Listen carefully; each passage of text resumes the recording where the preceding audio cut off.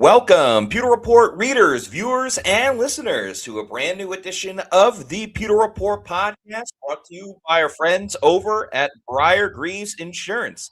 It is an emergency podcast as free agency has begun for Tampa Bay and the rest of the teams in the NFL, and some big news has come about as the Bucs are re-signing tight end Cade Otton.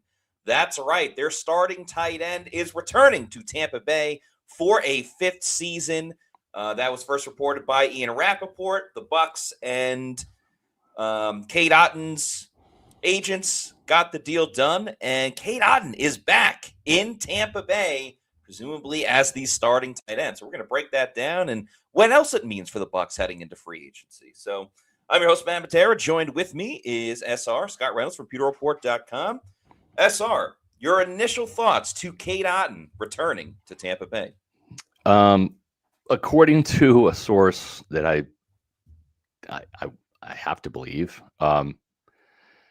this means Mike Evans likely not coming back to Tampa. I was told last week that if Mike Evans was going to sign elsewhere, then the team would bring back Cade Otton, and just because you're fine with the wide receivers that you have on this team. Jason Licht and Todd Bowles have spent the last couple of years drafting wide receivers. Jalen McMillan in the third round 2 years ago, actually 3 years ago. Last year, it was Emeka Egbuka in the first round, Tez Johnson in the seventh round. So having said that, not saying that they're not going to add another wide receiver. I would imagine they'll bring back Sterling Shepard. This is not Jason Licht prioritizing Cade Otton over Mike Evans. It's not. This is Mike Evans. The team has gotten indications Evans is going to leave, and the team is moving on with Plan B. If you can't re-sign Mike Evans, then we're going to re-sign Cade Otton. And what this does is a couple of things. Number one, it gives Baker Mayfield another target. He's not certainly an upper echelon tight end. I'm curious to see what the numbers are going to be for Cade Otton in terms of the average per year. Is it going to be closer to 8 or is it going to be 10? I would hope it would be less as possible. But what this does is this brings back another red zone weapon for Baker Mayfield. I'm lukewarm on Cade Otton. I think I've made it pretty clear about that. But the chain reaction of this is unless the Cade Otton deal is substantially lower than what we assume it's going to be, which is probably in the neighborhood of $8 to $10 million. If it's on the lesser side, say 7 to 8 million, maybe there's a chance you can bring back Mike if Mike wants to come back. But here's the thing: free agency is a two-way street, and I've tried to be real with everybody for quite some time. I was a little buoyed by the fact that the Bills traded for DJ Moore. I don't know that it completely takes the Bills out of the equation, but I believe that this probably means that the team understands Mike Evans is going to leave, and they're just simply moving on with their own plan in terms of free agency. And it's not what anybody wants to hear, but this is not necessarily, like I said, I want to stress this. This is not the team prioritizing Cade Otton over Mike Evans. This is just like in the draft, Matt, where if you want somebody and he's number one on your board at 15 and that player gets drafted at 14, you got to go on to the next guy. That's just how it is. This is a conveyor belt in terms of roster management, and you have to move on to your next plan. The optics aren't great, right? The first signing is Cade Otton. Like that's not the signing that Buccaneer fans necessarily, want to see. I get that. But here we are. And I will say this. This is a situation where I'm going to point out, I hope I'm wrong. I hope that what I've heard doesn't actually come to fruition, that the team is still in on Mike Evans. He hasn't signed anywhere. I mean, we're keeping an eye on X right now and looking at all the transactions that are happening. I'm sure a national guy is going to break the news. It's how it happens with agents. But having said that, the deal isn't done until free agency starts on Wednesday. So I don't want to give anybody false hope either. But again, from what I was told, it was probably going to be if Cade Otton is signed first, that probably means the team is bracing for Mike Evans' departure. And with free agency being a two-way street, Matt, there's nothing they can do about it. They can sit here and throw all the money in the world at him. If there's another extenuating circumstance, in other words, he wants to go to play for another team with another quarterback, with a better defense, a team that has a better chance of making the playoffs and going to the Super Bowl, then that's his decision. And Jason Licht can sit there and beg and plead and throw the money at him. But if he wants to leave, Mike can leave. Yeah, if Mike wants to go, then he wants to go, and there's nothing that can stop him. There's nothing that Tampa Bay can really do to preclude him from doing that as well. I guess there was the idea of the franchise tag, but we've kind of covered that a ton, where Mike would just straight up retire. I think with the Cade Otton signing, it just kind of comes down to it's the devil, right? Exactly Cade Otton right. has been a model of consistency for this team. He's had a little bit of injuries, but I mean, he's a guy that plays every single snap. Every week when I do the snap count, he's at like 97% and stuff like that. So, listen, he's not a household name. If you ask any Bucs fan who name your top 5 Bucs on the roster right now, Cade Otton is not making any of those lists. His receiving actually did not taper off a crazy amount from 2024 when he had exactly 600 receiving yards. Last season, he dropped down to 572. Yeah. So it was around the same number receiving. The problem was that he didn't reach the end zone until the last game of the season. I think people see that and go, well, why is this guy back? He scored 1 touchdown in 16 games last season. I'm kind of with you. I'm lukewarm on it. I'm okay with it. I just kind of felt like even whether Mike was here or not, the Bucs still could have used an upgrade at the tight end position, whether you just go all out with a great blocking tight end, unless you really think Payne Durham is that guy, or find the speedier tight end that can put up monster receiving numbers while also being capable as a blocker. So, you can say goodbye to Kenyon Sadiq now. I do wonder if it does preclude the Bucs from drafting a tight end anyway, obviously not in the first round at this point. Right. But it would stop them from taking another tight end and saying, all right, I know we just signed Cade, but we need to upgrade the entire room at the same time. Yeah, I totally agree. And I think they're going to, right? Because Payne Durham is in his second, he's in a contract year, right? And this is year 3 for Devin Culp, who hasn't really shown he can get on the field, right? So having said that, with those 2 tight ends, whatever Cade's going to end up making, $6, $7, $8, $9, $10 million per year, we'll find that out sooner or later, right? With Cade making that much, you're going to have another rookie tight end contract, right? You're not going to be able to re-sign Payne Durham, and not that maybe you even want to, but I'm just saying, Payne's going to be, fetching more than you probably want to pay, right, for the tight end situation for your number 2 tight end. So you want to have another backup tight end for sure that is on a rookie deal. So, but certainly it takes out, Kenyon Sadiq. They're not going to say they're going to re-sign Cade Otton and then draft Kenyon Sadiq in the first round. If this was like a 1-year deal for Cade Otton at $8 million, then maybe you can fathom that, but I don't think that's the case at all. We have some super chats getting into real quick. The Buccaneers were in on cornerback James Pierre from the Steelers, but it is being reported that the Vikings have agreed to terms with him. So that is a cornerback depth piece that the Bucs were looking at, but he is not going to be signing with the Buccaneers. He is going to be a Minnesota Viking. So we're keeping an eye on X and talking about any news that breaks, but we have a couple super chats here. Let's get to these, Matt. We do. We'll start with this $20 super chat from the Real Maverick. Thank you very, very much. Says, over the Mike Evans drama, either say you want to or don't want to either way. He's had more drama around him these last couple of weeks than ever before. Over him until he retires. I'm not one of these love you guys, done with him. I mean, Mike's playing the game too. If he's going to hit free agency, he's not just going to talk to one team. He's going to talk to several teams. So I'm not exactly sure what you want Mike to do. He's not just going to hit free agency and be like, hey, I'm only going to sign with this one team. You play the field a little bit. You see what teams have to offer. Right. You're also deciding where you're going to be living for the next 10 months. So, there's a lot more that goes into it's it. A big deal. Yeah. And maybe he does want to go back to the Bucs. It's like going to a restaurant. You might be between two orders. Right. And both of them seem great, but you can only pick one. I mean, I guess you could buy another one and get it to go immediately and put it in the fridge. But this is a major decision. Yeah, it is. And looks like Demario Davis will be leaving the Saints to sign with the Jets. Oh, he's coming home. He's coming home where he originally began his That's career. Right. Good for That's him. Right.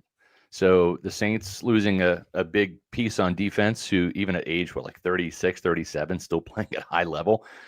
And so the other move too is Jalen Phillips. Again, Panthers. I'm not one of these guys that is going to crucify Jason Licht for not making a trade. And I'm going to scold some of you all because I'm just saying there's a lot of you that are saying he doesn't care about the Buccaneers. He's fine with mediocrity. He didn't make a trade at the deadline. Okay, the Eagles made the trade at the deadline. And what happened? How many wins did Jalen Phillips factor in for the Eagles? Because they gave up a third-round pick. And he just signed with with the Panthers. So the Eagles are without their third-round pick. They rented a pass rusher that helped them lose in the first round of the playoffs to the 49ers, right? Did they lose the 49ers, Matt? Yes, they did. I'm just saying, it's like, I know that some of you want action because it's like the thought of standing pat is not getting the team better. Like, I get that, but there's got to be some strategy involved. If you trade for Jalen Phillips, you need to be able to assign him to an extension to make that third round pick worth it. The Eagles were not able to do that. Okay. They just lost a third round pick. Now, don't cry for the Eagles. They're still a good team with double-digit wins, and they've got plenty of talent. I'm just saying. So, Jason Licht is not indefensible. He's made some mistakes. There's no doubt about it. We've been probably all over more so than anybody about the failures of the front seven construction, right? The missed JTS draft pick, the Logan Hall, the Chris Braswell, right? Those picks were swings and misses big time that have not helped this team move forward on the defensive side of the ball. But it's like, that just goes to show you, you've got to be able to, if you're going to make a trade for a player, you can't just rent a player, especially when you're giving up a third round pick. I mean, imagine if the Buccaneers had done that, and let's say they would have won 9 games, won the division, lost a home playoff game to whoever, right? And then watch Jalen Phillips go to the Panthers for $30 million a year. Okay, now you want Jason Licht fired. Don't fire him because he didn't make that move. Fire him because he did and then is not able to re-sign the player. Well, I don't know. I'm kind of looking at it on the other side of things, and maybe not just specifically with Jalen Phillips, but I don't know. I'd still rather be in the Eagles situation right now than the Bucs situation. Like, the Eagles have had more sustainable success over the past couple of years. Oh, there's no doubt about it. It didn't work with Phillips, but I think the argument and why people get frustrated with Jason Licht is, okay, that didn't work for the Eagles, but they're consistently making moves and bringing people to their roster. The Bucs just didn't at free agency. And I get it. You have to find the right person and you have to make that right trade. And we can keep saying, oh, it's not for a lack of effort. He's tried with Braswell and JTS. And well, if it's not working Hassan one Reddick way, too. you got to try to figure, and Hassan Reddick, you got to try it out another way. And he just has not shown that he wants to try it out another way. And then to kind of bring it back to Cade Otton, a re-signing of an average player is not going to motivate the fan bases as well. And Agreed. I get it. It's not Jason's fault for everything that we just said about if Mike wants to go, Mike's going to go. There's nothing Jason can do. I'm just saying, for the casual fan, the optics of you haven't gotten the big edge rusher just yet because Max Crosby got traded to the Ravens, so that's off the table now. We're not talking about that. And your big move was re-signing Cade Otton and Mike Evans, your legendary player, goes to another team. To the average fan that isn't paying attention to every single second, it's horrible optics. No doubt about it. I think that's why people get frustrated about it. Yeah, no, and that part of it is completely justified. Like, I get that. I do. Yeah, so it's like people be like, oh, well, they got a 3rd-round pick. Like, all Yeah. right, unless that 3rd-round pick ends up being a Hall of Famer, it's not exactly the thing that people want to jump for joy about. Yeah. So hold on. Got a couple more. Greg Allman has a tweet here real quick. I'm hearing teams have offered Mike Evans north of $27 million per year. Not sure the Bucs would be willing to match that. Stephen Morrison on the Pewter Insider was saying he's going to get around 30. So yeah, we'll see if that happens, but credit to him if he's right. Kings Are Awful. Thank you for the $2 super chat. Says, if free agency and the draft are bad, Licht needs to go as well. I'm not trying to be doom or gloom at all by any means. We're an hour into the negotiating period. I'm putting that in quotations for everybody. But this is how it's going to go if things don't go well. Todd Bowles will be fired first, and then Jason will say, let me find my coach. And if that coach is successful, then Jason's good to go again. If that next coach does not work out well, then Jason may be in trouble. Yeah. Yeah, for sure. Kings Are Awful with a follow-up super chat. Thank you for the $5 super chat this time. Says, the Glazers are scared of going back to the dark days. Kept the hated head coach no one wanted back because you gave him an extension and we lost Mike Evans. Dark days are here.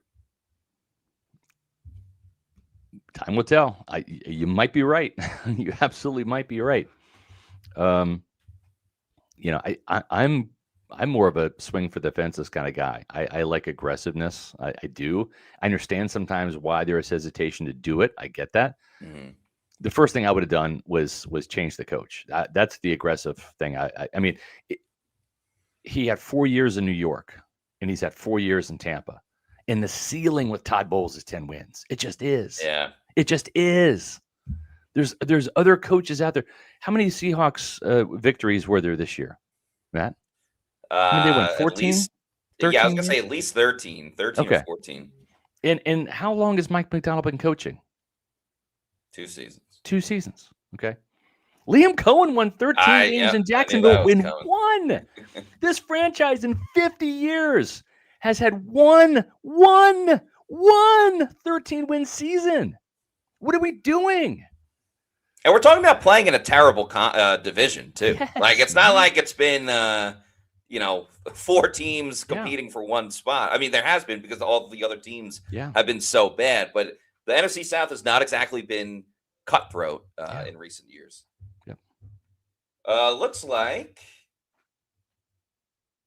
Kenneth Gainwell is going to the Tampa Bay Buccaneers. This is per Jeremy Fowler, running back Kenneth Gainwell to the Bucs for 2 years and $14 million. Wow. Per source. So that's a great sign. We knew Rachaad White wasn't coming back, so this is live breaking news. Kenneth Gainwell going to the Tampa Bay Buccaneers, kind of filling that Rachaad White role. Can be a 3rd down guy, pretty speedy overall, but him and Bucky Irving running the show right now in Tampa Bay. Yeah, no, I love that move. I love Kenneth Gainwell at Memphis. You talk about a receiving guy out of the backfield. This is a great move, and credit Danny Smith a little bit here too, because he had the the connection there, right? This is a good move. I like this move by the Buccaneers. Yeah, I'm fine with it overall. You knew you were losing Rachaad White. All of us had our minds on Tyler Algier. I know he was in my Bucs battle plan. It was easy to make the ties there with Zach Robinson, but I'm all for just a veteran running back coming to this team. Remember, they tried it with Kenneth. They're going to try it with Kenneth Gainwell now. They tried it with Chase Edmonds a couple years ago. They had Leonard Fournette in, so they've gone the veteran running back route before. It'd be good to see Gainwell. New opportunity for him coming to Tampa. Was with the Eagles for a while as well before going to a really good move. Steelers. Yeah. Really good move. Just looking up his stats real quick. Last season, played all 17 games. Very durable as well. The most he's missed is 1 game in 2023. Once they moved it to 17 games. But had 537 rushing yards last season. Remember, he split a lot of time with Jaylen Warren Yep. With the Steelers. 5 rushing touchdowns. I think that's important to pay attention to. 3 receiving touchdowns, 486 receiving yards. So Yep. a guy that can do a little bit of both. Spent a lot of time with the Eagles as a primary backup. So yeah, I mean, this is, you take out Bucky for a little bit, you put in Kenneth Gainwell, and you're essentially getting a similar type of player in terms of the spark and the burst that he can bring. Yeah, and similar size too, like 5'11", 190 pounds. I mean, he's kind of a smaller back, which is interesting because, does this close the door on Sean Tucker? It might for that price, right? Right. It will be interesting to see what happens there. Maybe the Buccaneers draft the running back to fill that number 3 role, whatever. But yeah, Kenneth Gainwell, I loved him at Memphis back in 2019. 1,459 yards, 6.3 yard average, 13 touchdowns. That year, he had 51 catches for 610 yards. That was a 12-yard receiving average and 3 touchdowns. So this is a player that went to the Eagles, then on to the Steelers. I've just absolutely been a big fan of his. He's a veteran back. Obviously, if he's playing on third down, you can rest assured he's pretty decent in pass protection. But a little interesting Steelers to Bucs pipeline here with Kenneth Gainwell joining Danny Smith here in Tampa Bay. Moving on to some more of these super chats. Jake Pulse, thanks for the $2, says, bring back Todd, let Mike go, unserious franchise. Yeah, when you put it that way, it's tough to be like, okay, you can only keep one, you have to get rid of the other. I know it's not exactly the case because if the Bucs had it their way, Mike Evans would be back. Yeah. It is kind of tough to justify keeping Todd Bowles, but that allows Mike Evans to walk out the door and say, I want something different. So I get that side of it. Yeah, for sure. So just a couple notes here on Kenneth Gainwell. Last year was probably his best in the league, 72.6 PFF grade. In the passing game, 70.5. In terms of pass protection, 69.3. That's a really good pass protection score. 74.7 as a runner. So this is a player who had a really good year. I guess they haven't listed like at 200 pounds now, but he was entering the league around 190. So he's bulked up a little bit. Smaller back, like I said, 5'9", 5'10", 210 pounds, former 5th-round pick of the Eagles, but a player that had a really good year in Pittsburgh, and I'm excited about this move. It beats the Cade Otton move, if I'm being honest. Yeah, for sure. Brings a little extra juice. Yeah. Let's see. Okay, another signing. You want to guess this one? The Bucs have agreed to terms with linebacker Alex Anzalone. There we go. On a 2-year, $17 million deal. So Anzalone comes to Tampa Bay. Very, very important signing as the Bucs need help at inside linebacker. Yes. I had Anzalone on my Bucs battle plan. Very much wanted him coming to Tampa, so love this signing for Tampa Bay, filling their inside linebacker room. Yeah. This player has an enormous motor playing the game, a very sound tackler. Just missed out on 100 tackles this season. I believe he finished at 95, but he did miss a couple of games.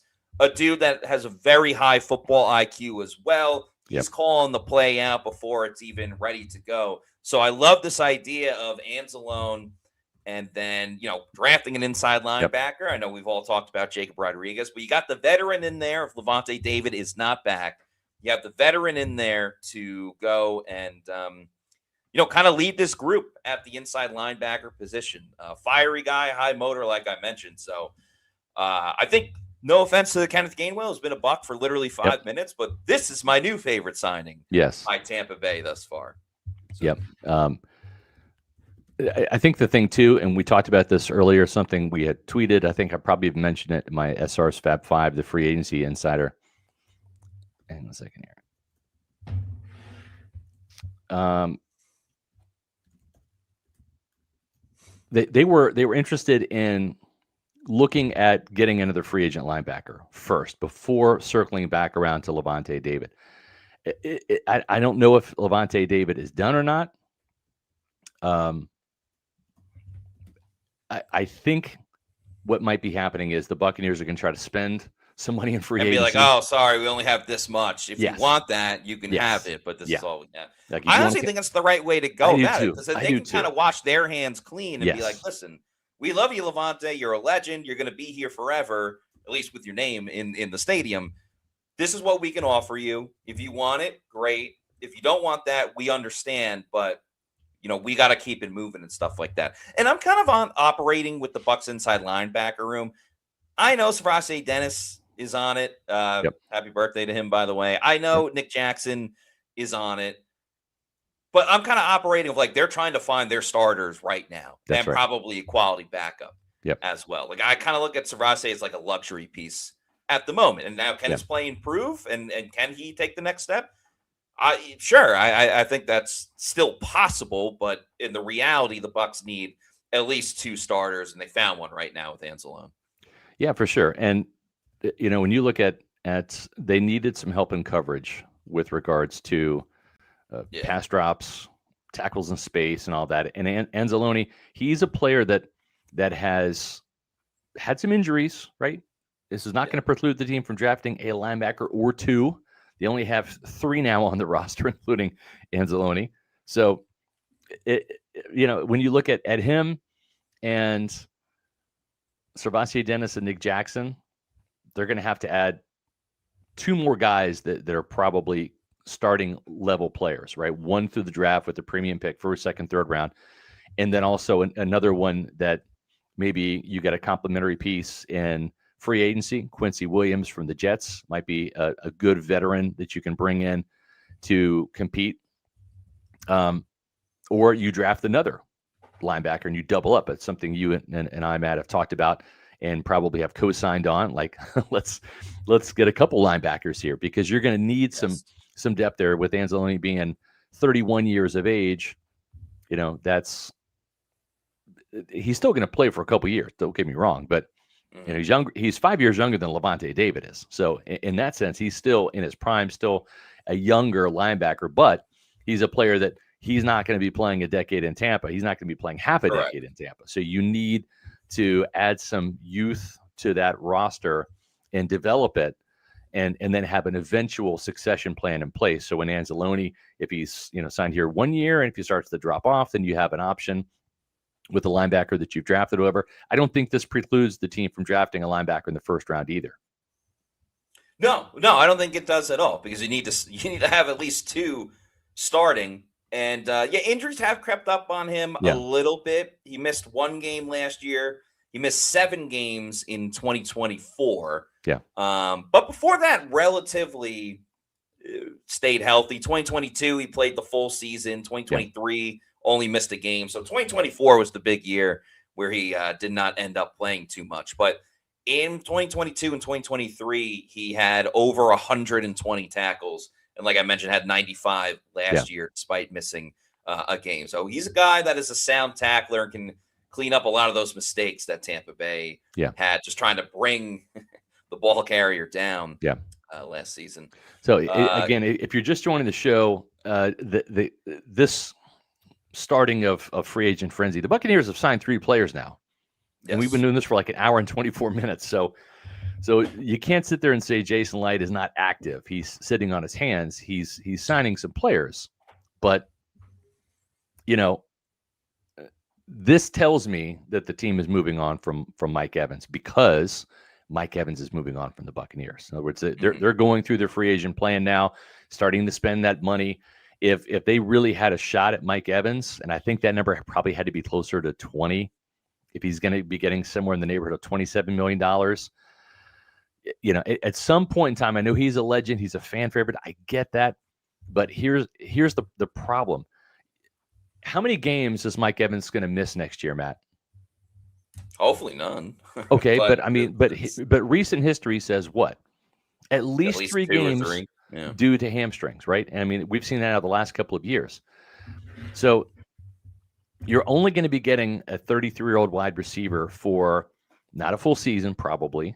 That has not really been his MO. He's going to miss some time. And at $27 million for a player that is still in his prime. And again, I'm not throwing shade at Mike Evans here. I want him back on the Buccaneers. It doesn't look like it's going to happen. The Buccaneers are a better team with Mike than not. But at some point in time, there has to be that value proposition where Mike is worth re-signing up until what? What's that number? I don't know what that number is. Is it 20? Is it 22? I don't know. 27 does not feel like a number that the Buccaneers would be comfortable re-signing Mike for. And at some point in time, you have to look at it and say, like, is so-and-so player worth it? Like, are they worth the money? That's part of the problem here is, Mike Evans is not worth $30 million a year. He's not worth $35 million a year. Like there's a cap on how valuable a player is. And so to me, I just don't see the Buccaneers being in on that if we're looking at, a $27 million Mike Evans, 25, 25 right now seems like it would be too much for the Buccaneers, given how much they've just spent here in the last hour and a half. Yeah, I think that's definitely fair to say. Kings are awful. Thanks for the $2 super chat. Says Mike knows he's not winning shit with Todd Bowles. That may have factored in. Yeah, that certainly could have. Again, I go back to the 3rd and 28. Yeah, exactly. Like that has been ringing in my head since it happened, and that was real. That was something that happened. If you notice, and I know Mike is a good teammate. He's a captain, right? He's a company man. All of those things, right? But you have to understand something. That 3rd and 28 was when the defense was on the field. He wasn't yelling at Josh Grizzard for a poor play call. He wasn't yelling at Baker Mayfield for missing that pass to Emeka Egbuka, right? He was upset over that, that 3rd and 28, 4th and 14. That's what he was upset about. And he has every right to be upset about that. He got pissed off on the sidelines, slammed his helmet against the walls of Raymond James Stadium, walking into the tunnel, screaming 3rd and 28. You have to make a correlation there. That is the only sensical thing. And if he was pissed then that the Buccaneers defense didn't get the job done in that game, well, they lost the next two. Yeah. They right. Like if they win that game against Atlanta, they end up going to the playoffs the way that everything else played out, because they still would have beat Carolina the last game of the season. That's right. So that definitely had a ripple down effect. T-Town 813 Trouble City. Thanks for the $4.99 super chat. Says waste of money re-signing a tight end that can't run the seams. I'll say this in Cade Otton's defense. Under Dave Canales, I thought he was a much more productive receiving tight end, right? You go back to those touchdown catches that won some games during his rookie season. You go back to his usage under Liam Cohen. The tight ends were a lot more used in the passing game under Liam Cohen. And then Josh Grizzard took over. And Matt, I think looking back, you and I think rightly so, based upon what we were kind of told, we're under the impression, this is going to be continuity. This is going to be Josh Grizzard coming in. He was the pass game coordinator. It's going to be Liam Cohen's offense with a few wrinkles. And it really wasn't. It really wasn't. There was a much more vertical element to this game. Josh Grizzard's, his background is at what position? Wide receiver, right? The tight end was ignored. Payne Durham had one catch on the year. Devin Culp scored the first receiving touchdown of any tight end that happened in the Falcons game in Week 15. Cade Otton didn't score a touchdown until the last game of the season. He really only had two big games. My memory serves me correctly, the Seahawks game and then the Panthers game at the end of the year. The tight end was kind of a forgotten position. So if you're going to be paying Cade Otton this money, you better use him. And you better use him as a receiver. He is serviceable around the end zone. He's had game-winning catches. He's got a little bit of clutch DNA to him. It's just last year, he certainly wasn't worth it. But now that offensive coordinator is gone. Oh, and who was the leading receiver in Atlanta last year? It was actually a tight end, Kyle Pitts. Yeah. And Kyle Pitts and Cade Otton are two different athletes. Don't get it twisted. All I'm saying is I don't think the tight end position is going to get lost in the shuffle under Zach Robinson the way that it was last year under Josh Grizzard. And I think more of a... I think one more thing, too. keep in mind, with all that offensive line shuffling at the beginning of the season, Cade Otton had to stay in a block a lot to help Charlie. Yeah. Yeah, and I think another positive spin zone you could make, and this is going back 2 seasons ago with Liam Cohen, and the reason why it ties in is because we think Zach Robinson is going to be as close to the Liam Cohen offense as the Bucs have had with their offensive coordinators. But remember, there was a time, and they were losing the games, but not because of what was going on offensively. There was a stretch, the Kansas City game really comes to mind, where there was no Mike Evans, no Chris Godwin Jr., and no Jalen McMillan. Cade Otton became your top target and did a pretty good job with it. Now, you're not going to ask that for him every single game and all 17 games this upcoming season, but he does have it in him to produce some big-time games, especially with it looking like there's going to be no Mike Evans on the team this year. Gabriel Kelber has now been a Pewter Report YouTube channel member for 11 months now. Thank you so much. We appreciate it. Says, SR, based on what you know, give us an honest percentage chance you think Mike is back now.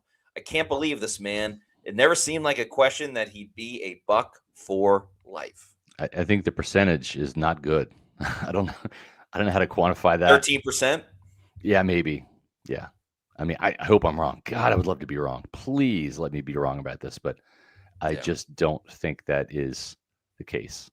Because it's like the more signings the Bucs make, and on the one hand, you're excited to see, like, especially like new faces here with Gainwell and Anzalone, but then I don't know, the mental math starts going too of like, okay, well now they're paying this amount to the running back, this amount to the linebacker.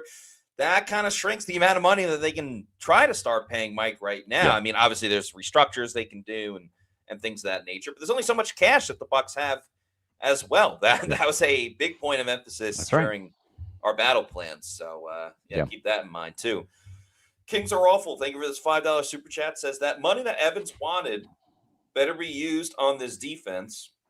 If he doesn't get actual players instead of bargain shoppers, then Licht can get the F out along with Todd Bowles. I mean, I think Alex Anzalone for that much money, with $8.5 million, that's pretty good chunk of change. I mean, Levante David. In fairness, this comment was before that deal was made, right, for sure. Yeah. I think Levante was making $9 million last year, so this is kind of like on par. You're getting a better coverage linebacker at the stage of his career, a younger linebacker by 5 years, physical presence. I mean, there's a lot to like about Anzalone's game. Full Ross, thank you for the $4.99. Says, best of luck to Mike Evans. Hopefully my man crush can move to Jacob Rodriguez after the draft. Yeah. Great content as always, guys. Go Bucs. Thank you for the kind words. And I mean, Jacob Rodriguez with Anzalone, that's not a bad duo at inside linebacker. It's already an upgrade. No offense to the legend Levante, but that's already an upgrade from a season ago. You got to let it play out in the draft. Wouldn't even hate if they, like you mentioned before, Quincy Williams. I'd definitely be on board for that. So, don't stop now. Might as well get another inside linebacker while you're at it. Moving along to Cali Bucks. Thank you for this $9.99 super chat. Says, Bucs find themselves not having the money for Evans because they gave Chris Godwin an undeserving bag. Betting on injured Godwin proves to be an even bigger mistake than first perceived. Yeah, I mean, I don't see how anybody can look at the Chris Godwin deal in hindsight now after posting less than 40 catches for less than 400 yards and 2 touchdowns and say that was worth it. And I love Chris, and I'm not throwing shade towards Chris. It just, football's a business. Looking at it from a business standpoint, that's a horrible return on your investment. And I will say this, they're not moving Chris. If they're going to lose Mike, he will be on the team this year. You need him. You're going to have Jalen McMillan playing the X, replacing Mike. I'm sure they'll probably maybe draft the day 3 receiver, would be my guess. And then you're looking at, I wouldn't mind them like signing Juwan Johnson from, Juwan Jennings from the 49ers. I think he would be a phenomenal replacement for Mike. I just don't know what the price tag would be on him, but he's kind of a big X, physical receiver, really good blocker. There's some things I like about his game. I just don't think that they're going to throw big time money at a wide receiver. They've already addressed that in the draft. You already have a big money wide receiver with Chris. In hindsight, I think it was a mistake. At the same time, though, Again, I don't know. I'm sure Mike's going to get a bag, right, in free agency this year, but it's not like this is just about the money. I think that he wants out of Tampa because he wants to go somewhere else and have a chance at a legit Super Bowl ring. If you look at the Bucs defense right now, how could you sit there and say that is anywhere close to a Super Bowl caliber defense? It's not. It's below average. It's a below average unit. And you can have a great offense with a below average unit, and good luck getting to the NFC Championship game. You might win your first playoff game. It's going to catch up to you by the second round. Yeah, there's no doubt about it. I mean, the bargaining point, the selling point for any player was, hey, crappy division, win your division title, get a home playoff game, and then once you're in the dance, anything can happen. Bucs don't have that luxury anymore. And Jason Licht better sincerely hope that Chris Godwin Jr. taps into the Chris Godwin Jr. that we know and love, because that could be detrimental more than anything else, is leaning on the wrong emotional part of the game and losing Mike because of it. So. Yeah, James, this one's for you. The Lasers made it absolutely catastrophically bad move not replacing Todd Bowles with Liam Cohen. Okay, so There you go. I mean, that is a move that it haunted this team last year. It's going to continue to haunt the team. Then they doubled down by giving Bowles another year after 8 and 9. So there's your shade on the Lasers, because that's and I'm not even throwing shade. That's just the God's honest truth. I mean 13 win guy versus 8 win guy, and you keep the 8 win guy and piss off all the fans. And I think that has a role. I mean, only Mike knows for sure. He's probably too classy to come out and say it out loud, but yeah, definitely that has to be a factor in this. I mean, you can't objectively, smartly look at this defense and say, yeah, that's the kind of defense that's going to get us the ball back on offense and win games for us. It's just not yet. Yeah, and coming off a year where he didn't get 1,000 yards for the first time, and the offense struggled worse than it had in the past 3 years. It's kind of tough to be convincing on that one. Yeah. Rich Balchin, thank you for the $2 super chat, says, so much for Jason and Mike always keeping their guys. I mean, it's tough to bat 1,000. It's tough to get every single one right. Majority of the time, they usually do end up getting it done. But this is a different situation with Mike. He is different than your typical, because he's not a diva, but your typical diva wide receiver that, just wants the biggest money. Right. Mike still wants to win. He wants his targets too, but he wants to win as well. Yep. The Real Maverick, thank you for this $5 super chat, says, in reference to his first chat earlier on, I'm just saying I don't think the Bucs were in play ever. I think he wanted to leave, and I'm just saying, say you're out. That's all. Yeah. I mean, I don't think that's easy though. Like, yeah, I agree. Mike was with this team for 12 years. I don't think it's as easy to be like, hey, Jason, just I'm moving on. Yeah. I'm breaking up with you. Right. Peace out. Like, I don't know. You're right, man. And the other thing too is, where's he going to go? He doesn't know yet, right? I mean, he has to see what the market is and which teams are interested. So, I'm with you, Matt. It's not like it was that easy just to say peace out. If you're going to leave, you're going to go somewhere else. And where is that somewhere else? Well, like, that's what the market determines, and that's what the amount of teams that are interested, in you, they'll reveal themselves. Then you make a decision. Jose Charuca, thank you for the $4.99 super chat. We appreciate it. Yep. Darius the Great with the $1.99 super chat. Thank you. Says, if losing 13 means retooling the defense, so be it. Yeah. For sure. I think that's kind of the aftermath of all of that is, okay, if they're not going to pay Mike $27 million, like Greg Allman reported, what are you doing with that? Now, Alex Anzalone is a big part of that. What pieces are you getting in place because you're not giving all of this money to Mike Evans? We're going to find out in the coming days and hopefully coming hours, but not a bad start with Anzalone. I know the sting of Mike leaving will hurt for a while. It's going to loom over this team, even going into training camp, if we're being realistic. Yeah. But that doesn't mean that they can't field a good team if they make the right signings in free agency and draft picks as well. Yep. Big Joker, thanks for the $1.99, says, Jason Licht loves mediocrity. Deuces, dude. Not a fan of what Jason's done. Yep. Kings are awful. Thanks for the $2 super chat. Says, replacing a 36-year-old linebacker with a 32-year-old linebacker, ... Yeah, I mean, it's still a younger player for sure. I mean, I remember when, and technically he's 31. Anzalone will be 32 in September. Okay. I remember when Levante David was 32. He's a better player than he was 35. That's just a fact. So, again, this is not a long-term, signing here. This is we need to fix the defense now. We need to get better now.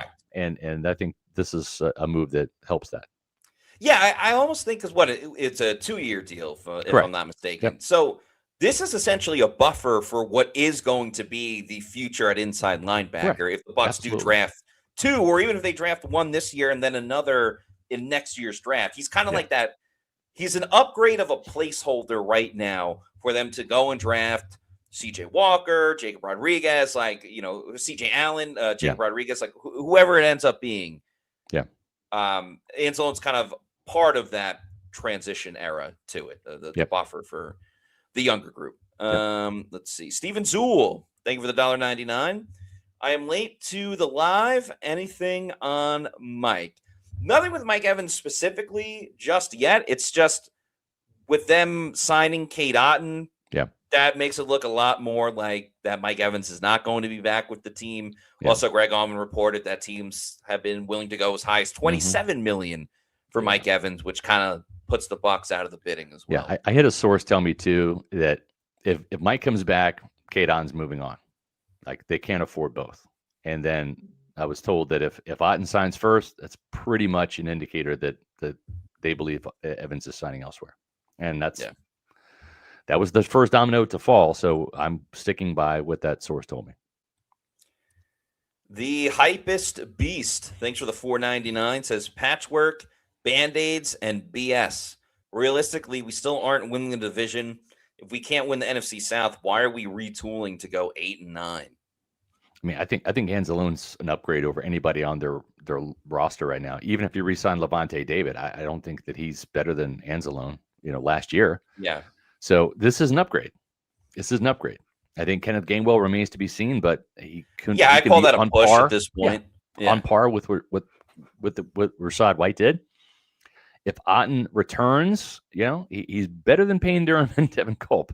Doesn't mean you can't get an upgrade elsewhere, in the draft or something, but at least you didn't get worse at tight end. Did you get better? I don't know. I'm not a huge Cade Otton fan, but and we'll see how they retool the defense and improve it with the money they were going to spend on Mike. But this is not them not choosing Mike. They wanted Mike back. Correct. This just is an indicator that Mike is going to be going elsewhere. Yeah, and I think another big factor in all of this, too, because you could just look at it and say, oh, well, you lost Mike Evans, therefore you're worse. Let's also remember, ideally, you're going to have a healthy offensive line this year and a healthy Bucky Irving this year. That's huge for the offense as well, and you just made an upgrade on defense at inside linebacker. Big Joker, thank you for the $1.99, says, does Otton have to wear gloves per contract? No. He did before. I mean, he was scoring the game-winning touchdown against the Rams as a rookie with Tom Brady back in 2022. So he's done it before. Brady made him do it. Then he decided to go old school and taking off. So, Sunny Sides. Now I've been a Pewter Report YouTube channel member for 19 months now. That's awesome. Thank you so much. Says, what team do you think Mike will end up with or end up on? I think the Chargers, the 49ers, those are two teams that really kind of come to mind and stand out right now. They kind of fit some of the criteria of Mike wanting to play with a good quarterback, with a playoff caliber team, right? Both those teams made the playoffs last year. And, with a good offensive coordinator, Kyle Shanahan in San Francisco, Mike McDaniel in LA. So those are two teams there. I know Buffalo was very interested in Mike at the Combine. Very interested. Mm-hmm. Are they going to create enough cap space now with the acquisition of DJ Moore and his contract to make a push for Mike? I mean, if they do, that tells you Buffalo's going all in with Joe Brady and Josh Allen, right? They're trying to get everything, not just one receiver, two receivers, right? And really try to get the Bills over the hump in the playoffs and back into the Super Bowl and hopefully get their first win ever. That's the goal. They've come close a lot. I remember there's 4 straight Super Bowls where they lost all of them. So that to me is those are some teams that I would be interested to see if Mike ends up with. I don't necessarily think it's going to be the Raiders or the Titans, even if they have the most money to throw around and the most cap space to use. Yeah, I would have guessed Buffalo up until the DJ Moore move. Yeah. I know New England wasn't as in on Mike Evans, but who knows? I think they might come Evans around. would be a great fit for New England, especially after Diggs moved on. So I think for Mike in the current situation, I think the best of both worlds for him of like getting targets, stats, and also being on a winning team. Yep. I hate to say it, but New England would be the right spot for him. No but doubt. obviously the business side of it has to play out as well. Big Joker says, thank you for the $1.99. Light has made moves, trash heap moves. I don't think that's fair to say just yet. I understand not being high on the Otton signing, right? But Gainwell is just kind of a replacement for the running back room, and Anzalone, I like that signing. So it's tough to say trash heap moves. Yeah, I mean, I think if you're going to lose Rachaad White, I think this is a really good move. I think from the marketing standpoint, if only the news could have broke first that they were signing, like if the signings went Anzalone, Gainwell, Otton, I think everyone's a little bit higher on the optimism of this free agency. Yeah. But the fact that it started with Otton, I think that kind of takes the headlines. I mean, it's the headline of this episode right now. Right. So, and not just that, the best PR for the Bucs. Right. But it also likely coincides with the possible, I'm going to say likely departure of Mike Evans. Yes. Yeah. And that's big as well. Logan Valente has now been a Pewter Report YouTube channel member for 17 months. Thank you so much. Says, wanted Algier, not Gainwell, 2 small backs. Yeah, I hear you. I wanted Algier as well, but we'll see what else they do. Sean Tucker technically is not back just yet. Maybe they end up drafting and we'll see what's up with the market. So I don't know. Let's let it all play out before we jump. The thing with Algier too, keep in mind, I would have liked him here in Tampa. He's a bigger back. I've loved him since his BYU days, but at the same time, he had to split carries, and he was kind of like the second fiddle to Bijan Robinson in Atlanta under Zach Robinson. So maybe he didn't want to go through that again and say, "Oh, great, I'll sign with the Bucs and I'll just be the second fiddle," to Bucky Irving. Maybe he wanted the opportunity to get more carries, more catches, and be a little bit more featured. I think that would have happened here in Tampa because I think last year shows if you use Bucky too much due to his size, like that Eagles game, he hurt his foot and his shoulder. That was only the 4th game of the season, but he was getting a lot of opportunities, a lot of touches in those first 4 games. That is true. Trey Cloutier with a $4.99 super chat. Thank you very much. Says, we don't need 4 elite wide receivers. As much as I hate to say it, Mike is gone. Jason Licht is learning from signing players just because he has a personal connection. Yeah, I mean, we've been on the record before. They still have a good group at receiver if Mike is not there. Godwin, we'll see, but like Abuka McMillan as your 1-2 punch, I really like, and Tez Johnson in the mix as well. Yeah. The Bucs will be fine on offense. It just hurts that it's a legend like Mike. Of course, yeah. Paul, OG Baker Bro, thank you for the $5 super chat. Says, it was unrealistic to expect Godwin to play to prior form the year after his severe injury. I expect a big 2026 from him if he stays healthy. Yeah, I mean, again, in hindsight, and that's hindsight's 2020, right? But there's a big difference between coming off an ACL injury, which that's 7 to 10 months now in the NFL. Like that's, unless it's really messed up. And honestly, that year Chris tore his MCL, his ACL. It was pretty bad. But he came back and still had 1,000 yards. But he was 26 at the time. It's a big difference, right? And then coming off that fractured ankle, right? That's a different injury. That's a different injury. And there are sometimes where you don't come back for that. You don't come back from that at all. And he's 29. I just thought that was too much of a risk where that was general manager Jason Licht being a little too optimistic, a little too trusting, and maybe a little too sentimental. I mean, remember, he drafted both Mike and Chris. Chris was third-round pick in 2017, the second best wide receiver all time in Bucs history, a surefire Bucs Ring of Honor member, Super Bowl champion, etc. And I hopefully lessons learned there. So sometimes you got to be, I don't say the villain or the bad guy, but you got to let guys go. And I mean that about like Levante David. Maybe you don't re-sign Levante. Maybe just say, listen, we love you. You're a legend. I know you want to come back. You want to come back for like $4 to $5 million a year and be a rotational linebacker, because that might be the option that you have here, right? Sometimes you got to close the door. But Jason Licht didn't want to close the door on Mike. So let me make that distinction. This was not an instance where he was being cutthroat and not being sentimental with Mike. I still think Mike at 33 can be a 1,000-yard wide receiver. I do. And maybe we'll find out if that's the case in another uniform, unfortunately. Trey Cloutier, thank you for the $4.99. Says Jason Licht didn't overpay Godwin, Zion, and Winfield. Maybe we could afford to sign Mike now. I think the Godwin one hurts as well, not just because of the season that he had, which was marred a lot due to injury, like a second injury, not the one he was coming off of. But it was the fact that New England, all the reports came out about the money that they were offering him. And it's tough to see now with Mike where the Bucs, they do want him back, but there is that other side of like, hey, if this team's going to give him $30 million, we'll just let him take it.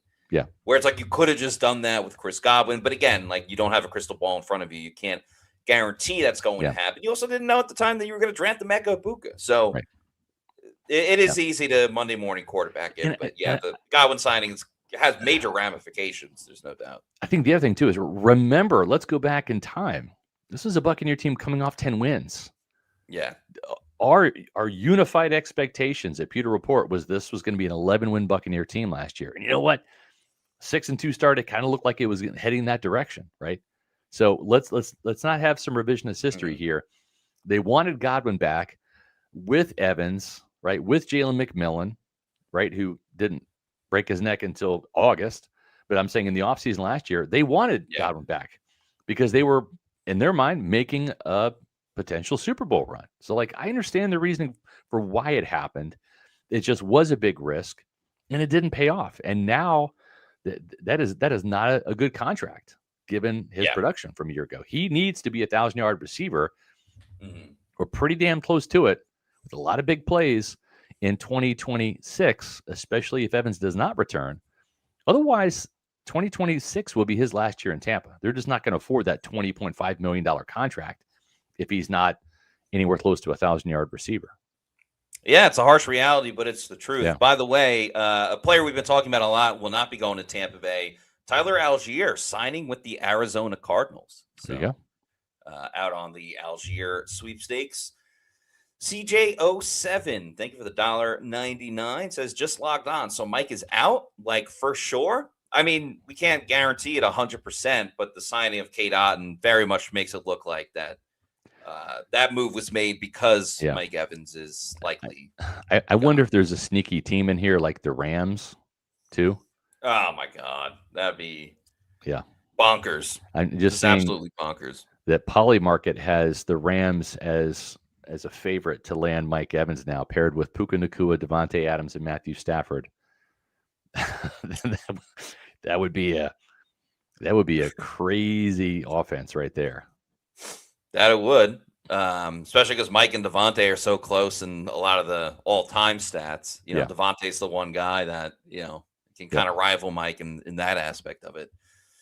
Damn, that'd be something. Paul OG Baker Bro has now been a YouTube channel member for 18 months. We appreciate that. Yep. Said, no hate for Mike if he leaves. He's earned the right, but it's time to look ahead and see what we have with Ibuka, McMillan, Tez, and hope Godwin has a bounce-back season. For sure, these other guys are going to have to step up. Ibuka and Tez in year 2. McMillan, I almost feel like it's year 2 because he missed so much of his second season, but him in year 3. Yeah. The potential's there. The potential is there. It has to come through. You can't just sit here and be like, oh, they're all going to be amazing. But the potential is certainly present. Yep. Kings are awful. Thank you for the $2 super chat. Says none of these are big splashes. Well, it's tough for every team to make a big splash. Yeah. Okay. I mean, Hassan Reddick was a big splash last year. Had to work out. Sometimes they don't work out, right? I mean, Ryan Jensen was the highest paid center in 2018 by Tampa Bay and didn't have a good year. He'll even admit that he gained too much weight, didn't have a good year, often penalized. Yeah. Remember the personal fouls? Then he finally course corrected and got his career back on track in 2019 and actually kind of earned being the highest paid center in the league, and then helped to win the Super Bowl the next year in 2020 and became a Pro Bowler in 2021. So sometimes the big splash signings don't pan out, you know? Yeah. Meets McGee, thank you for the $5 super chat. Says, if Mike goes to Washington, I would love to be a fly on the wall when he walks into the locker room with Lattimore. I believe Washington let go of Lattimore. Yeah, they cut him. Maybe that was a precursor to Mike coming there. Yeah, maybe, yeah.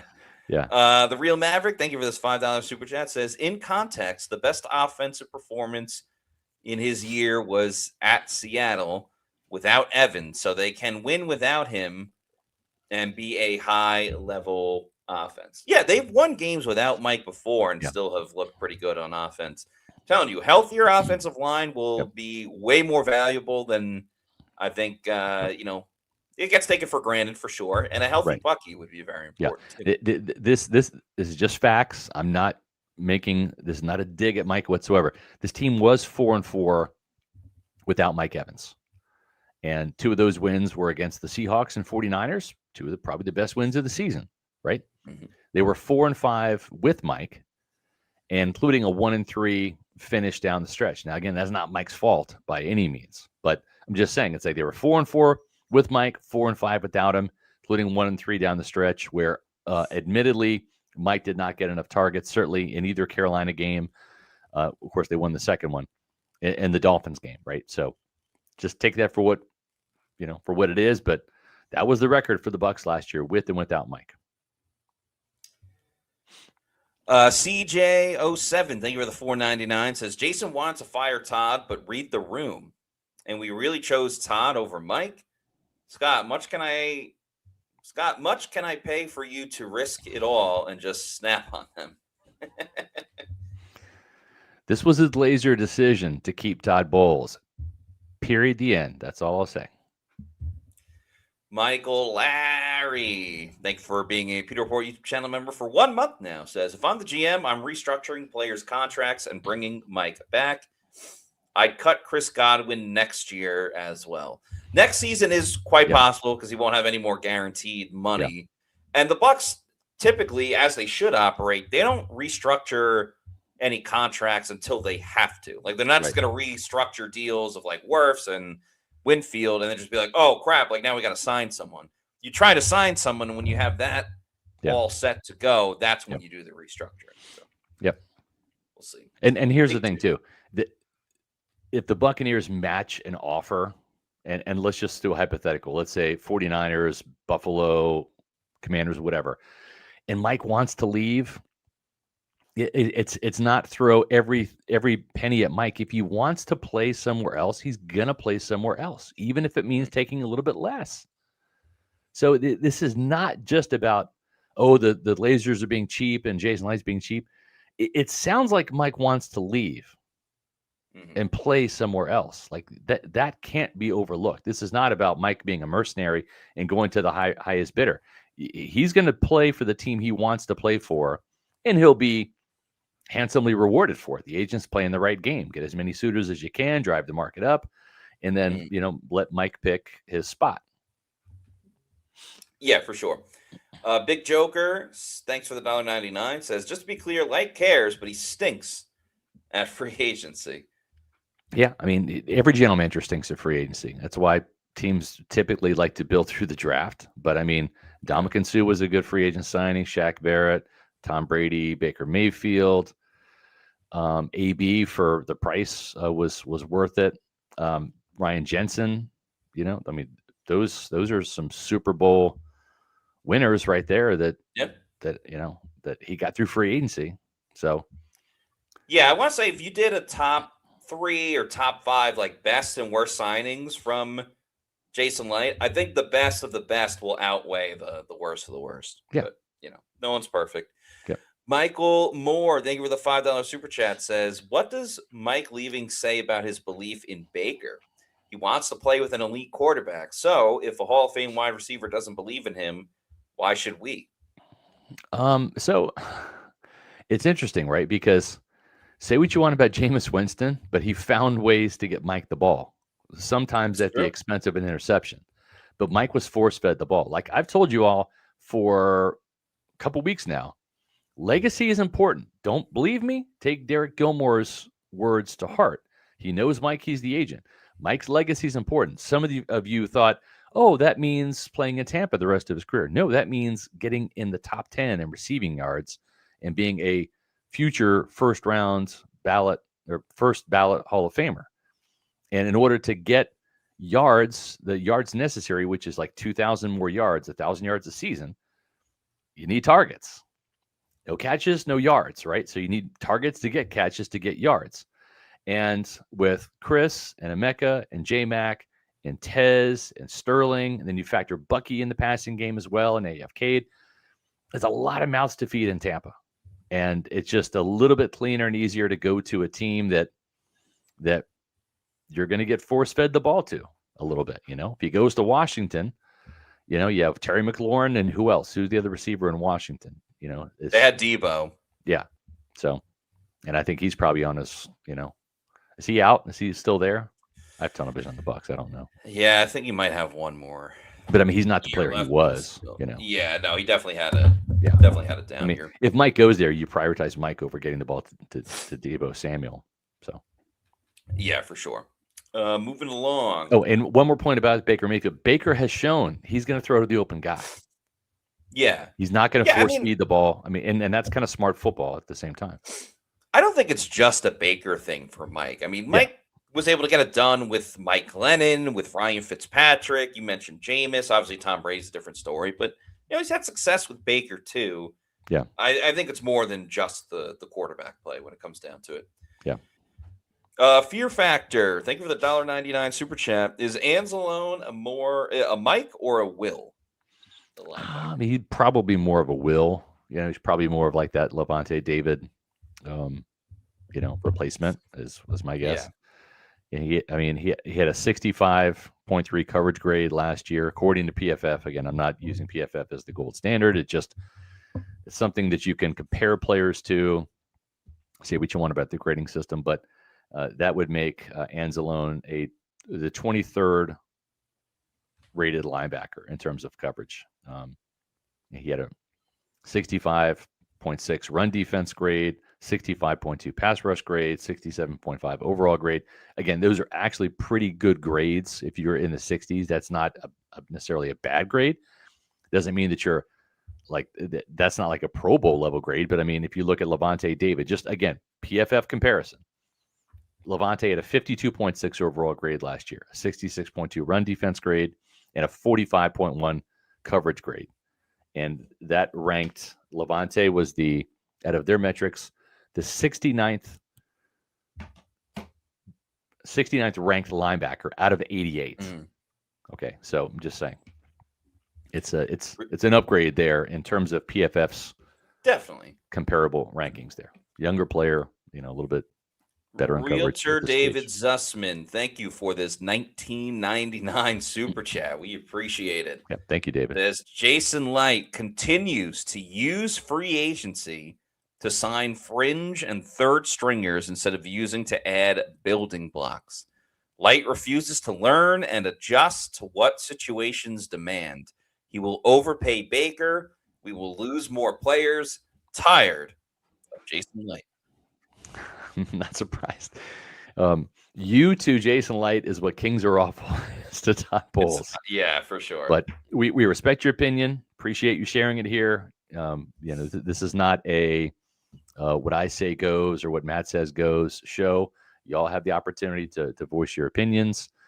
I think it's great. I sometimes, I admit I'm wrong and I come around to things and sometimes, there's a lot of people that have been on Todd Bowles' case for years now, saying the Bucs are never going to win with Todd Bowles and all that. And after last year, like, I'm in that crowd now. Like, you won me over. Like, the 8-9 record, the defense regressing in areas and just not getting better, the sacks regressing. It just, I'm with you on that. So my mind can be changed. So I'm not beholden to certain positions forever and ever, but I try to look at things conceptually, contextually, and then make up my mind. I'm not quite there with you on that, David, but I am in the Todd Bowles is not taking this team to the Super Bowl camp now for sure. Yeah, I think this year will be very important to see how good this draft class is, let alone this free agent class as well. Because if the free agents don't hit this time, then I think you really have a big case on your hands, for David Zussman. So I think you got to let it play out a little bit with this group. If Anzalone ends up being a gigantic upgrade over Levante, then I think we'll look quite fondly on this draft class or free agent class. Maybe not with the whole Mike situation, but I think in fairness, you got to let it play out before we just say this was a terrible signing. Yeah. Hold on 1 second. Let me just put this up here from Paul. Should have paid Devin Lloyd. I don't think Devin Lloyd's signed anywhere yet, but it's interesting to note if he is a Pro Bowl linebacker with the Jacksonville Jaguars, why aren't the Jaguars re-signing him? Yeah, true. That's one thing people don't quite understand and grasp is if you have really, really, really good players and you have the wherewithal to re-sign them, right? And I mean, again, the Buccaneers could have franchised Mike, right? I think there's too much good blood, mutual respect, appreciate what you've done for us, Mike, to hold Mike hostage just to play in Tampa for one more year, right? I think that we have to understand that. But if the Jacksonville Jaguars if they're not going to re-sign Devin Lloyd, it means that they don't value Devin Lloyd enough to re-sign him or use the franchise tag on him. So anybody that hits free agency is pretty much an indication of two things. Number one, that the team doesn't value the player as much as the player believes they're worth. Or number two, they're so financially cap strapped, they just can't afford it, and you can't afford to sign everybody, right? Mm-hmm. So, but teams typically don't let star players hit free agency. And this is just one of those instances where how many times has Mike re-signed with the Buccaneers? Multiple times, right? This is this is his third contract, I think, with the Buccaneers over 12 years. This would be his fourth chance of free agency. So I'm just saying, like, typically, if Devin Lloyd was that great, I'm sure Jacksonville would be doing everything they can to re-sign him. So just because you're a big name player doesn't mean that you're automatically going to be a good player for another franchise. Mm-hmm. CJ07, thanks for the $1.99, says, would Malcolm Glazer, RIP, have fired Todd Bowles? Just curious. It's a great question, right? Because you can look at that and say, with Tony Dungy, right? He took the team to the NFC Championship game. That was 11 wins in 1999. The next year, they regressed. They still won 10 games, but they slid back down. Instead of having a home playoff game, they had to go on the road to Philly, and they lost. Then they brought him back for one more year in the regression again, from 10 wins to 9, and then another first-round loss in Philly. He was given multiple opportunities to fix the offense. He went through Mike Shula, Les Steckel, Clyde Christensen, and it was just like the offense kept staying on the treadmill, not making any progress. So Dungy got fired, and that was Malcolm Glazer's decision, hard decision. They went out and they got John Gruden, won the Super Bowl, and all of that. Malcolm passed away before the decade of darkness. Mm-hmm. And I think, and I've not heard, and maybe I'll have a chance to ask them at the NFL annual meeting, I think the Glazers are scarred by the decade of darkness. Meaning the Raheem Morris years, the Greg Schiano years, the Lovie Smith years, the Dirk Cutter years, that the decade where this team did not make the playoffs. You had a 10-win season with Raheem. They had a 9-win season with Dirk, but not good enough to make the playoffs. That was the decade where my son became a Ravens fan because the Bucs just sucked. Okay, I'm just telling you the truth. So I don't necessarily think that they're like a big believer in mediocrity. I don't think that's the goal. But Matt, I think that the Blazers are kind of like, well, at least we have a chance if we just win the division. We have a chance at doing something in the playoffs. And so, Todd has gotten us to the playoffs. And even though it's been like, by the hair of his chinny chin in each of the last 3 years, except for this last season, I just think they have a hard time firing him because they fired Greg Schiano after a 4-12 win season. And they thought they upgraded to Lovie Smith. Super Bowl coach was on this staff with Tony Dungy. This is Lovie Smith. Lovie came in and they actually got worse. They won 2 games. Went from 4-12 to 2-14. Spent a ton of money in free agency. Got all the players Lovie wanted. Lovie handpicked those players. Jason signed them. Okay. That was Lovie Smith's free agency class. And he got the players he wanted. They won 2 games and not one home game either.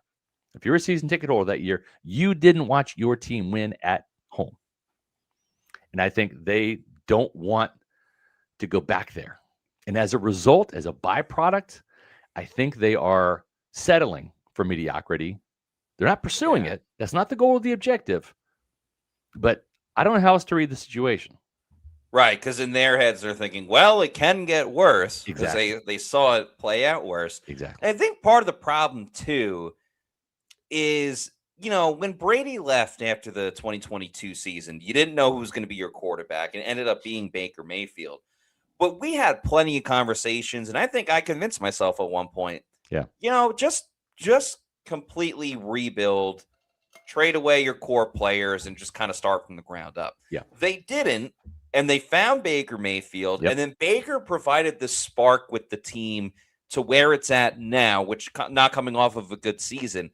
But because they found that success with Baker, it kind of opens up the book for the Glazers, for the Bucs as an organization to say, hey, we can kind of retool this and reload this pretty quickly again.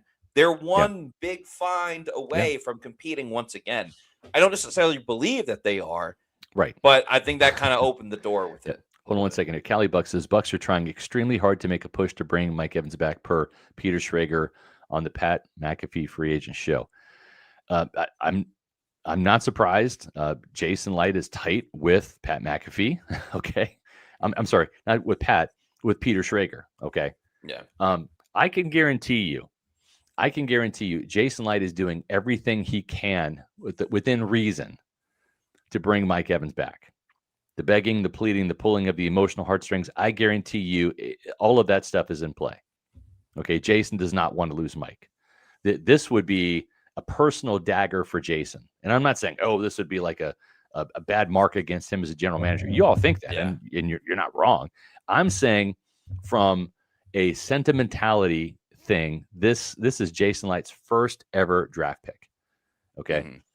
I mean, I think in the hierarchy of favorite players in Buccaneer history of all time, it's Mike first and Levante second. I think that's the order of things. Okay.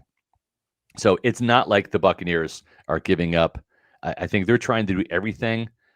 Again, if Mike wants to play somewhere else, if he doesn't believe in the defense, if he wants to play with a different quarterback in a different system, in a team that is been in the playoffs, won double-digit games, has a higher ceiling, he's going to do that. There's nothing Jason Licht can really do outside of franchise tagging the guy and holding him hostage to persuade him. Yeah. But it's not for lack of effort. That's happening. Squeeze. Sure. Thank you for the $2 super chat. We appreciate it. Digital Derek, thank you for the $5 super chat. It says Ibuka as wide receiver 1 without Evans. Parentheses 4 games, 18 catches, 239 yards, and 3 touchdowns.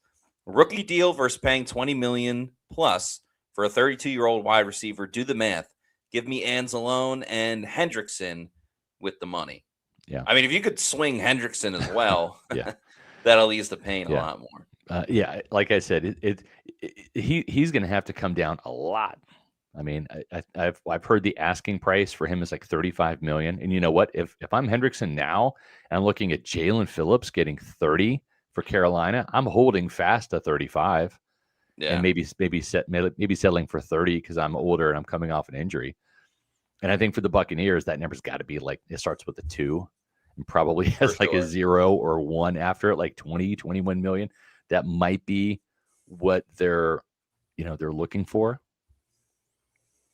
No, yeah, for sure. I don't think they can pay big money to an edge rusher right now, even though edge rusher is like the most important position that they need besides inside linebacker, which they already did with Anzalone. Yeah. Everyone keeps saying trade Chris Godwin Jr. Yeah, sure. That would be great. The problem is teams don't want to give up assets for the $22 million they're going to have to pay Chris Godwin Jr. So wow, that's Saints with a big signing here. Travis Etienne. Yeah. Going to the New Orleans. Yeah, Michael Larry with this $1.99 super chat bringing that up. Thank you for the super chat. It says 4 years, $52 million for ETN. Thoughts? Wow. So that's a lot of money. Yeah, I think it's a bit much for running back position. I mean, Alvin Kamara he's been in the league forever. Yeah. I mean, he's obviously not the same guy it once was, but yeah. It looks like the Jets are signing David Onyemata. So he's leaving the Falcons. So a little bit of attrition there for Atlanta. Yeah, the NFC South has been pretty busy early on during free agency. For sure. We've been busy too. Just want to remind everybody it's Monday. And on Mondays, it's a great day to enjoy some food over at Walk-Ons. And we want to thank Walk-Ons for being one of our favorite sponsors here. And you know what makes them one of the favorite sponsors, Matt? There's not a bad seat in the house to watch sports, right? That's right. Their happy hour it's hard to beat in Tampa. 3 p.m. to close, and then all day tomorrow, including $5 Tito's. Eat like a winner, drink like a champ. $3.99 domestic pints, $5 premium house pours or happy hour wines, $5.49 for the 22-ounce big boys, the domestic drafts. $4 get you the hush puppies or the onion rings. $7 for the boom boom shrimp, a half order of the waffle cheese fries, or the spinach and artichoke dip. $8, I can make a meal out of this. The cheeseburger sliders with the boneless wings, just fantastic happy hour food. And their menu is also fantastic too. I love their fettuccine Alfredo with the blackened chicken. It's one of my favorite dishes. If you want to watch the Bolts or any other NHL action, drop the puck, raise the energy at Walk-Ons. 3 Tampa Bay area locations, Wesley Chapel, Midtown Tampa, and Lakeland. And I think now it is time for us to probably do some analysis pieces, Matt, for our PewterReport.com readers. We have Bailey Adams cranking out some content. We're going to join him. Make sure you check out our free agency tracker that's updated with the latest news. We're going to be back at 4 o'clock today, unless something else major happens between now and then. But we're talking less than 2 hours away. But Bucs free agency begins. It's already begun. And you can check that out at Pewter Report TV, our YouTube channel. We'll also stream it live on X and Facebook. But make sure when you go to Pewter Report TV, our YouTube channel, you hit subscribe. We're on the way to 23,000 subscribers. Thanks to you all. And if you hit notifications, hit subscribe, then hit notifications. Then you will be notified every time we come out with the Pewter Report video, or when we have an emergency podcast, or just when we go live with our regularly scheduled 4 o'clock podcast. That's right. So in the meantime, if you're not already doing so, please follow us on all of our social media on X, Facebook, and Instagram. We're at Pewter Report. And our YouTube channel is Pewter Report TV. Please like and subscribe. Leave a comment on this video as well, what you think about some of the signings the Bucs have already made and what other signings you think they might do by today or the rest of the week or whenever. Another super chat real quick from Kings Are Awful. Thanks for the $2. Says Light. We'll sell fans on Dennis and Braswell. LOL. Bye. Yeah, we're going to say bye for now. Yeah, Sorry, I don't think that's the case just because that was last year's news. I think he's going to sell everybody on Anzalone and then whoever they draft as an edge rusher. So we'll see. Yeah. So, have another episode coming up in a little bit over an hour and a half. So until then, for Scott Reynolds, I'm Matt Matera saying thanks everyone for watching. We'll see you later this afternoon for another edition of the Pewter Report podcast. Out. Out.